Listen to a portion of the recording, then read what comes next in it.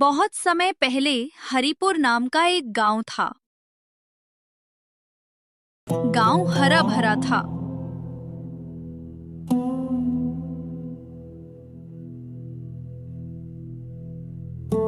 चारों तरफ खेत, आम के बाग और एक सुंदर नदी बहती थी।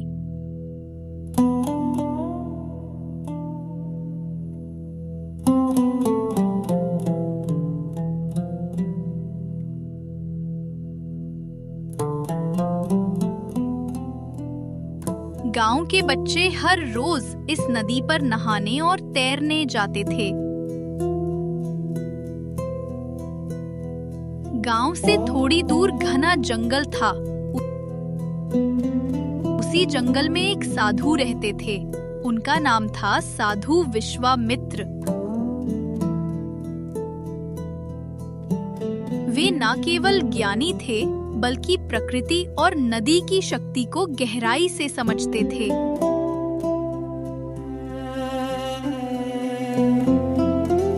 गांव वाले मानते थे कि साधु महाराज केवल मनुष्य की नहीं, बल्कि नदी और जंगल की भी रक्षा करते हैं।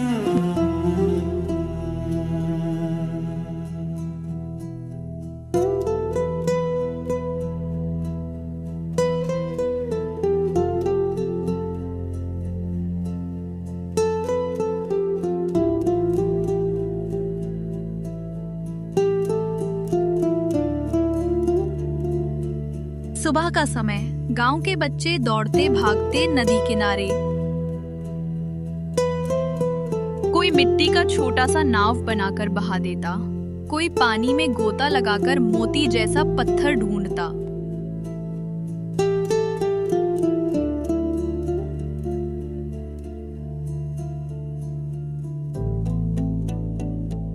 कोई किनारे बैठा मछलियों को देखता। बच्चों की हंसी से पूरा किनारा गूंज उठता। एक बच्चा बोला, आज हम नदी के बीच तक तैर कर जाएंगे। देखो कौन सबसे पहले पहुंचता है। बाकी सब हंसते हुए तैयार हो गए।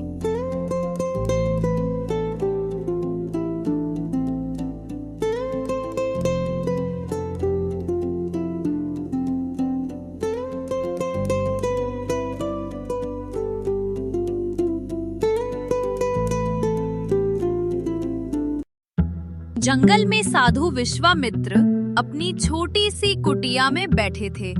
वे पक्षियों को दाना डालते और जड़ी बूटियों से औषधि बनाते।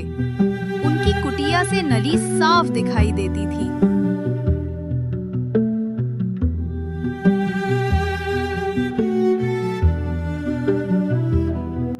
अक्सर साधु बच्चों की हंसी सुनते और मन ही मन मुस्कुराते। वे कहते, ये बच्चे ही तो भविष्य हैं। इन्हें सावधानी और अनुशासन की जरूरत है।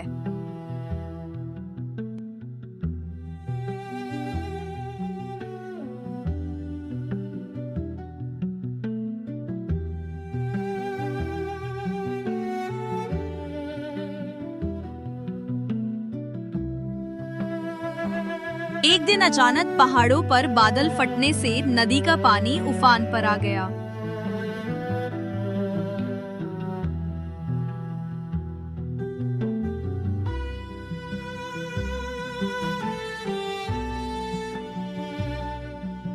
गांव वालों ने चेतावनी दी, आज नदी में मत जाना, धारा बहुत तेज है। लेकिन बच्चों की टोली मान कहाँ मानती। उन्होंने कहा, हम अच्छे तैराक हैं, हमें कुछ नहीं होगा, और वे पानी में उतर गए।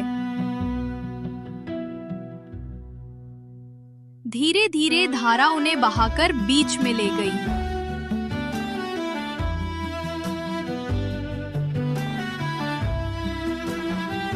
दो बच्चे चिल्लाने लगे, बचाओ बचाओ। गांव वाले किनारे से रोने चिल्लाने लगे।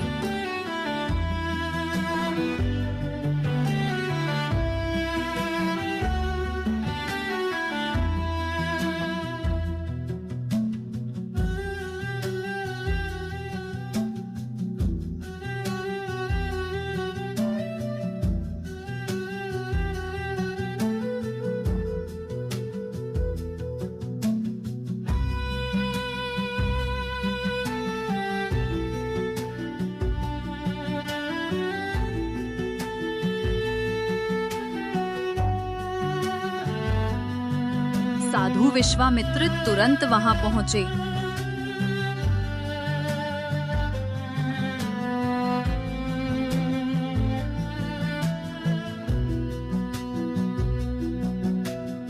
उन्होंने आंखें बंद की और प्रार्थना की। फिर एक लंबा डंडा और रस्सी लेकर पानी में उतरे।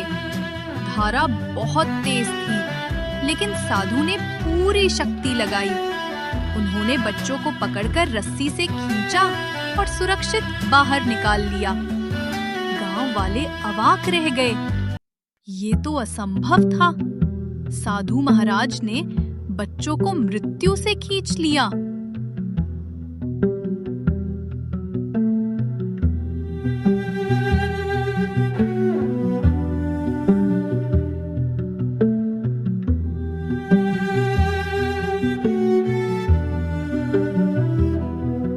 बच्चों को शांत करने के बाद साधु ने गांव वालों को बुलाया और कहा, नदी माँ है, माँ प्यार भी करती है और डांट भी।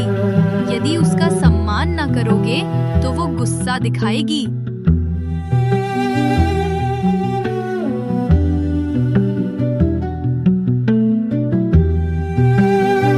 फिर बच्चों से बोले, ताकत पर घमंड मत करो। असली ताकत है संयम और सावधानी। जिसने ये सीख ली वही जीवन में विजयी होगा।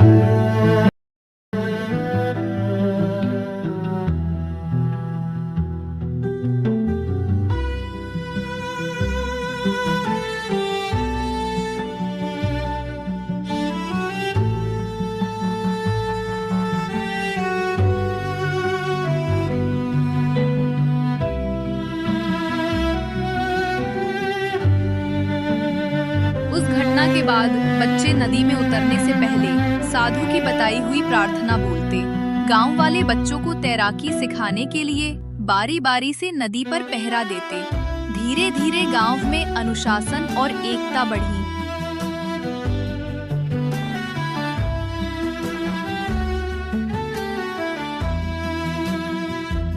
कई सालों बाद साधु विश्वामित्र ने गांव वालों से कहा, अब तुम सब समझदार हो गए हो, मेरा काम पूरा हुआ।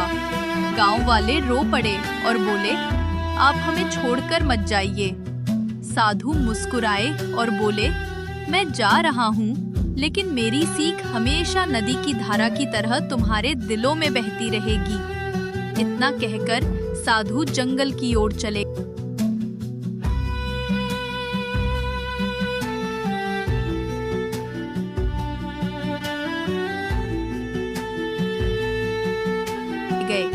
गांव वाले आज भी कहते हैं, हमारे गांव को साधु विश्वामित्र ने बचाया था।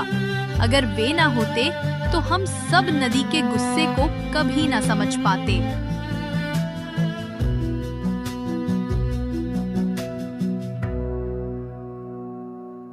आनंद में भी सावधानी जरूरी है। नदी और प्रकृति हमारी माँ है, उनका सम्मान करना चाहिए। असली शक्ति संयम और एकता में है। गुरु या साधु की शिक्षा जीवन भर का सहारा होती है।